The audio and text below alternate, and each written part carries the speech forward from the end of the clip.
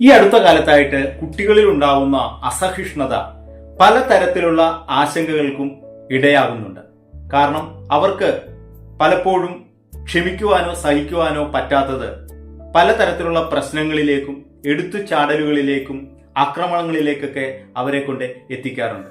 ചേർത്തല താലൂക്കിലെ പെരുമ്പളം എന്ന് പറയുന്ന വളരെയധികം വികസിച്ചുകൊണ്ടിരിക്കുന്ന അതിമനോഹരമായിട്ടുള്ള ഒരു ഗ്രാമത്തിൽ ജനിച്ച എനിക്ക് ആ ഗ്രാമവാസികളുടെ സ്നേഹവും സഹകരണങ്ങളും പരസ്പര വിശ്വാസങ്ങളും വിട്ടുവീഴ്ചകളും കാത്തിരിപ്പുകളും അതുപോലെ തന്നെ ക്ഷമയും ഒക്കെ കണ്ട് വളരാനായിട്ട് സാധിച്ചത് വലിയൊരു ഭാഗ്യമായിട്ടാണ് ഞാൻ കാണുന്നത്.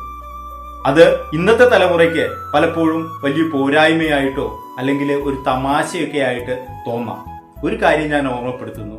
ഒരിക്കൽ ശ്രീബുദ്ധൻ അദ്ദേഹത്തിന്റെ ശിഷ്യനായിട്ടുള്ള ആനന്ദനോട് പറഞ്ഞു, കാത്തിരിക്കാനായിട്ട് മനസ്സിനെ പഠിപ്പിക്കുന്ന വഴി മാത്രമേ ഒരു വ്യക്തിക്ക് സന്തോഷവും സമാധാനവും ലഭിക്കുകയുള്ളൂ.